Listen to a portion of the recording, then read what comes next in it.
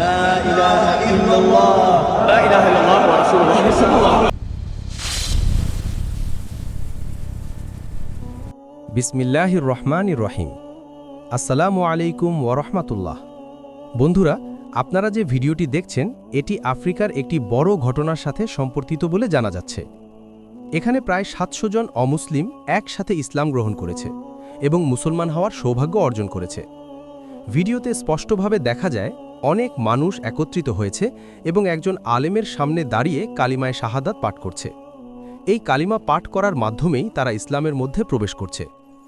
এ ধরনের দৃশ্য আজকের দিনে নতুন কিছু নয়। পৃথিবীর বিভিন্ন প্রান্তে প্রতিনিয়ত মানুষ সত্যের সন্ধানে ইসলামকে গ্রহণ করছে। অনেকেই নিজেদের পূর্বের ধর্ম ছেড়ে দিয়ে ইসলামকে বেছে নিচ্ছে, কারণ তারা এর মধ্যে শান্তি ও সত্য খুঁজে পাচ্ছে। এই ঘটনাটিও তারই একটি বড় উদাহরণ, যেখানে একসাথে প্রায় ৭০০ জন মানুষ ইসলামের সাক্ষ্য প্রদান করেছে। লা ইলাহা ইল্লাল্লাহ মুহাম্মাদুর রাসূলুল্লাহ সাল্লাল্লাহু আলাইহি ওয়াসাল্লাম। বর্তমান বিশ্বে প্রতিদিনই কোথাও না কোথাও মানুষ ইসলাম গ্রহণ করছে।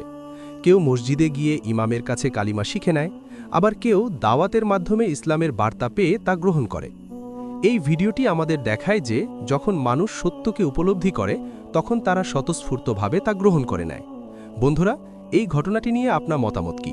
কমেন্ট করে অবশ্যই জানাবেন। আবার দেখা হবে নতুন কোনো ভিডিওতে। আজকের জন্য এখানেই শেষ। জাযাকাল্লাহ।